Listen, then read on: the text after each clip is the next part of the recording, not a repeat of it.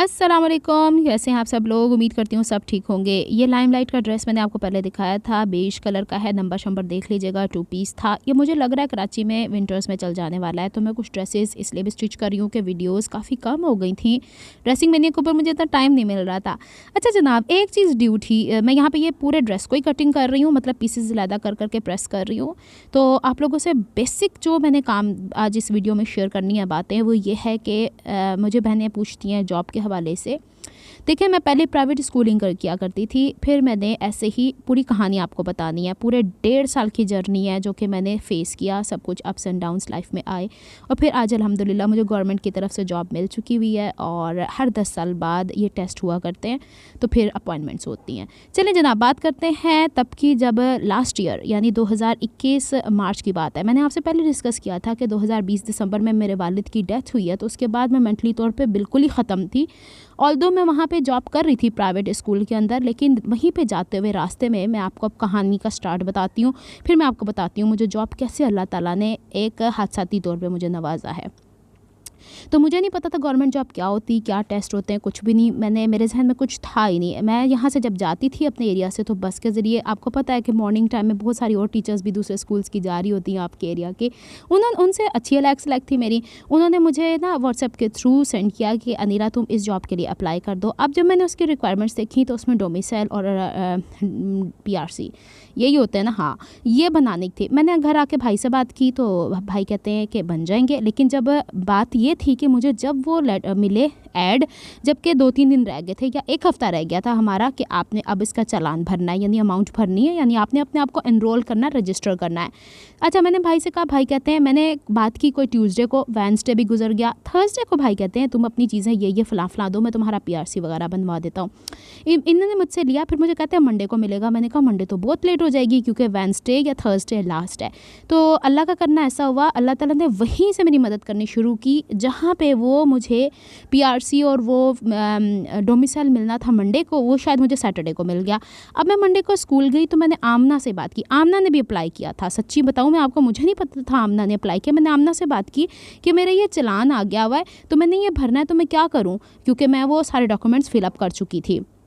तो मुझे कहती है कि लो, ये तो मैंने कल भरा है। तो हम गए अलाइड बैंक, 2 ही तो बैंक्स उन्होंने बताए हुए थे, एक अलाइड बैंक, एक मुस्लिम बैंक। तो उसके अंदर अलाइड बैंक वाले कहते हैं जी वेबसाइट बड़ी है, वो हुई हुई है, हैंग हुई हुई है, बहुत सारे लोग इस टाइम पे भर्ती होने की कोशिश कर रहे हैं। यानी आपको पता ना गवर्नमेंट जॉब के लिए कितने बेशुमार लोग काम करते हैं।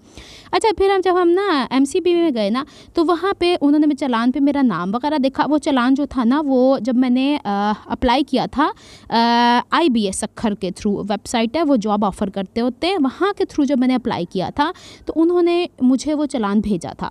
एनीवेज़, अब वो चालान मुझे भरना था, अब मेरे नाम के साथ, अब्बा के नाम के साथ, ये सब कुछ। तो जब MCB गए, तो वो कहते हैं कि आपके नाम की जगह तो कोई मरियम का नाम आ रहा है। मैंने कहा अच्छा चलो छोड़ो।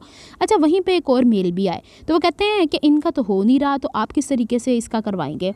आदमी को तो उन्होंने भेज दिया। जैसे ही मैं गेट पे आई ना, तो मैंने अल्लाह ताला से दुआ की, या अल्लाह इस जॉब को अगर तोड़ पहुंचाना ना, तो मेरा नाम आ जाए, नहीं तो यहीं पे ही ना हो जाए।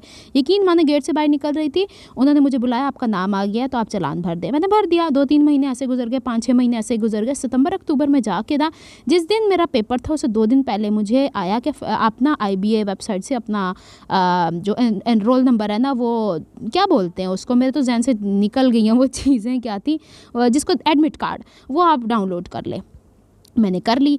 अच्छा जी, अब 2 दिन बाद आपका पेपर है फ़लानी जगह जाके। अल्लाहु अकबर। अब मुझसे एक सिस्टर ने पूछा आपने तैयारी कहाँ से की थी, तो मैंने कोई तैयारी नहीं की।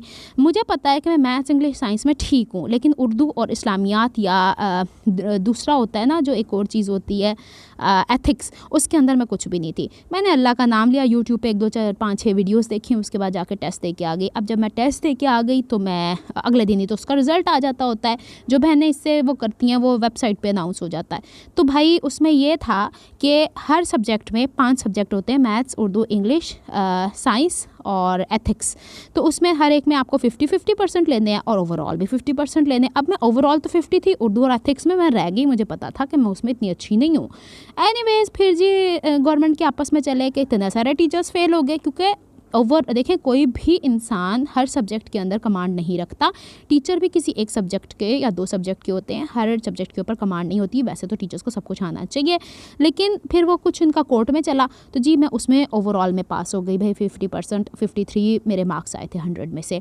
फिर जी सारा सिलसिला चलता रहा। अप्रैल में रमज़ान के महीने में रात के 12 बजे मुझे कॉल आई, आपके डॉक्यूमेंट्स किधर है? मैंने कहा कौन से डॉक्यूमेंट्स, मुझे तो कुछ नहीं पता।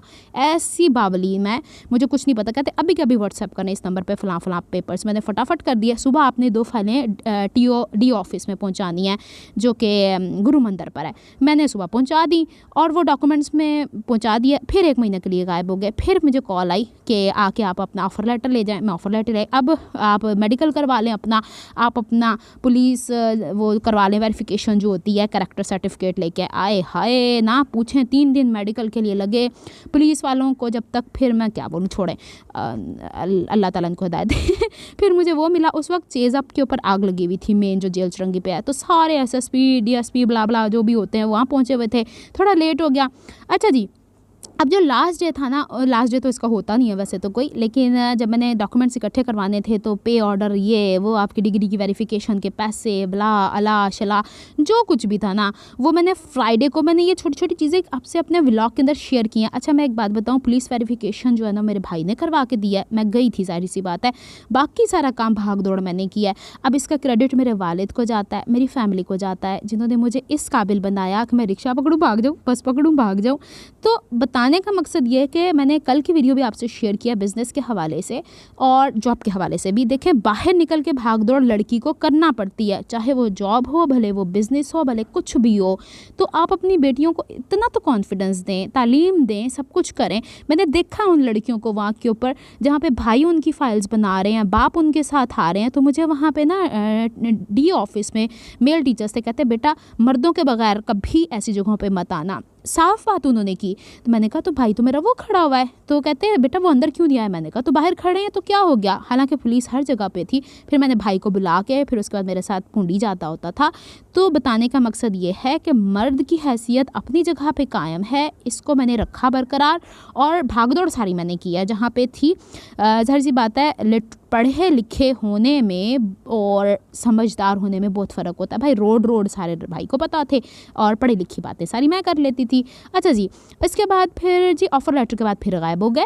और जैसे ही मैंने सोचा था कि जुलाई में अगर मुझे अपॉइंटमेंट लेटर नहीं आया, मुझे नहीं पता था ऑफ़र लेटर जिसको आ जाता है उसको अपॉइंटमेंट भी मिल जाती है। देखो इतनी बावली हूँ मैं। तो मुझे कहते हैं, मैंने अम्मी से कहा अम्मी जुलाई में अगर ना हुई गवर्नमेंट की तो मैंने प्राइवेट कर लेनी। ओ यकीन माने 2 दिन रह गए थे, मुझे कॉल आ गई अपॉइंटमेंट लेटर ले जाए। अच्छा जी, अब अपॉइंटमेंट लेटर लिया, उसके बाद टी ऑफिस के धक्कम पेल।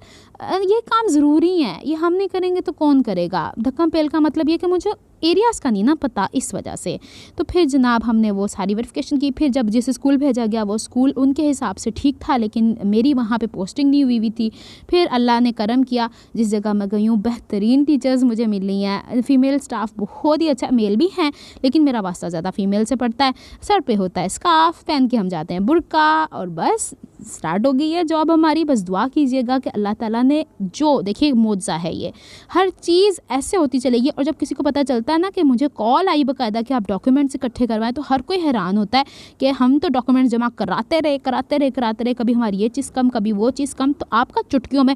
मैंने कहा ये अल्लाह ताला पे कामिल यकीन की निशानी है। और यकीन माने पूरी जॉब के प्रोसेस में मैं कोई फ्रस्ट्रेट नहीं हुई। मैंने कहा अल्लाह ताला जो तेरा फ़ैसला मुझे मंजूर, जो तेरे मेरे हक़ में बेहतर है वो मेरे लिए कर देना बस। देखो अल्लाह ताला ने नवाज दिया है और अल्लाह ताला ने दे दिया है, तो कभी कम भी होता है। मैंने आपसे कहा था 3 साल मैं पेरेंट्स की खातिर घर पर भी रुकी हूँ, तो अल्लाह ताला ने मुझे वो चीज़ भी नवाज दिया है।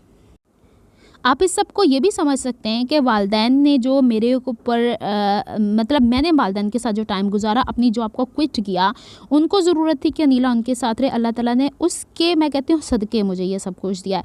तो वालदैन की खिदमत के एवज़ हमेशा सब कुछ मिलता है। मैं आपको एक और बात बता दूँ, जब मैं ग्रेजुएशन कर रही थी, जब मैं फ़ाइनल ईयर के अंदर थी, मेरी वालदा इतनी शदीद बीमार थी कि वो हॉस्पिटलाइज़ हुआ करती थी। 7 डे हॉस्पिटल जो कराची में रहते हैं उनको पता है। और वहाँ से मैंने DJ कॉलेज सुबह के टाइम जाया करना और दोपहर को मैंने काला बोर्ड मलीर पे जाके अपनी कोचिंग लिया करनी। एक टीचर मेरे घर पे आया करते थे, ट्यूटर बायोकेमिस्ट्री के, वो लेके, और रात के टाइम में अम्मी के पास हॉस्पिटल रहती थी। दिन भर मेरे बहन भाई होते थे अम्मी के पास और रात के भर मैं होती थी। पढ़ाई तो बस पढ़ रही थी मैं, याद बात कुछ नहीं कर रही थी। तो मुझे फ्रेंड्स मेरी तभी कहती हैं इसको इसकी माँ की दुआएं लगनी है और देखना कि ये लड़की जो है ना ऐसे निकल जाएगी। और यकीन माने पार्ट 2 के अंदर 74% थी मेरी। तो बताने का मकसद ये है कि वालिदैन के लिए आप सिफ़र हो जाएं, ज़ीरो हो जाएं, सब कुछ छोड़ दें, लेकिन वालिदैन को कभी मत छोड़ें। वो लोग जो ख़ास तौर पे उठा उठा के पेरेंट्स को बाहर फेंक देते हैं ना, खुदा का वास्ता है ऐसी अजाब मत अपने ऊपर लेकर आएँ। ये ज़िंदगी ऐसे नहीं बर्बाद होती है, बेड़ा गर्क ऐसे नहीं ज़िंदगी का होता है। देखें आजमाइश और चीज़ होती है, मैं भी गुजरी हूँ इससे, लेकिन अल्लाह ताला की अजाब और चीज़ होती है। तो वालिदैन को कभी भी इस तरीके से नहीं कि वो धरती का बोझ है उठा के बाहर फेंक दें। ये भी एक सबक मिल गया आज की वीडियो से आप लोगों को। ये पूरी एक लंबी वीडियो बन गई है, तो मैंने सोचा आप लोगों से ज़रा शेयर तो करूँ अपनी दिल की भड़ास और ये सब कुछ।